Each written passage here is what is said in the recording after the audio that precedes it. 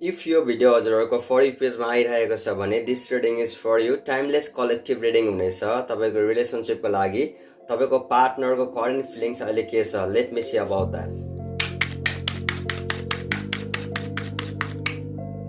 Alright, so Four of Pentacles, तपाईँको partner अहिले एकदमै अब्सेस्ड हुनुहुन्छ है तपाईँको फर सम अफ यु तपाईँको क्रस हुनसक्छ तपाईँको एक्स पार्टनर पनि हुनसक्छ अर लाइक तपाईँको करेन्ट पार्टनर पनि हुनसक्छ अहिले त एकदमै अब्सेस्ड हुनुहुन्छ तपाईँलाई लिएर एकदमै सोचिराख्नु भएको छ होइन एकदमै उहाँले मेबी 24/7 तपाईँको बारेमा सोचेर बसिराख्नु भएको छ है with the world card for some of you if you want reunion चाहिराख्नु भएको छ भने चाहिँ रियुनियन हुन सक्ने चान्सेस पोसिबिलिटिज पनि छ आउने दिनहरूमा है सो रिलेसनसिपमा चाहिँ